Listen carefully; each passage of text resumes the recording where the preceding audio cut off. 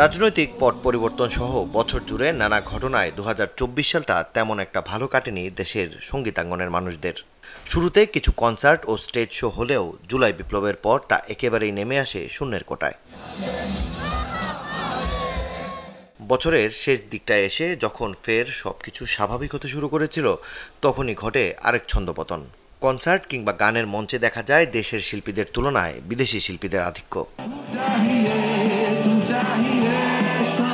যে দর্শকদের গানে সুরে সারা বছর মাতিয়ে রাখেন দেশের শিল্পীরা, তাদের সাথে এমন বৈষম্য না করে কনসার্ট আয়োজকদের আনুপাতিক হারে দেশি শিল্পী রাখার পরামর্শ অনেকের।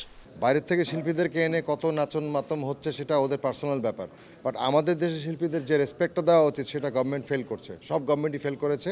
আমার মনে হয় এই জায়গাটা তাদের দৃষ্টি দেওয়া উচিত। সুতরাং আমরা সেই জায়গাটা থেকে একটা ডিমান্ড করি যে আমাদের ভ্যালুটা বুঝতে হবে গভর্নমেন্টকে এবং কর্পোরেটকে। বাইরের আর্টিস্ট এনে অনেক টাকা খরচ করে ওদের শুনবো, আর আমাদের শিল্পীদের আমরা টাকা দিতে চাই না, এটা খুব দুঃখজনক।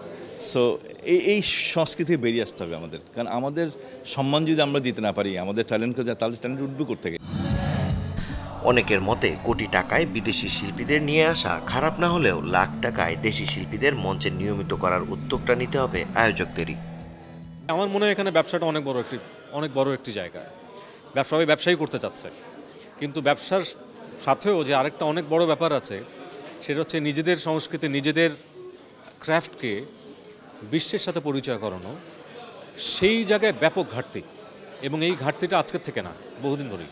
কোটি কোটি টাকার শো হচ্ছে, কোটি কোটি টাকার আর্টিস্ট বাইরে থেকে আসছে, কিন্তু আমাদের দেশের শিল্পীদের ক্ষেত্রে হয়তো লাখ টাকার ক্ষেত্রেই অনেকের মনে হয় গানের পিছনে এত টাকা খরচ হবে।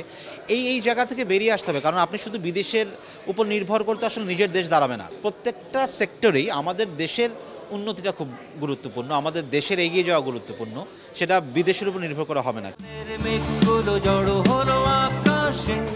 ২০২৪ সালটা সঙ্গীত জগতের জন্য ভালো না কাটলেও শিল্পীদের চাওয়া ২০২৫ সালে যেন হয় অবস্থার পরিবর্তন। মাকসুদুল হক ইমু, চ্যানেল 24, ঢাকা।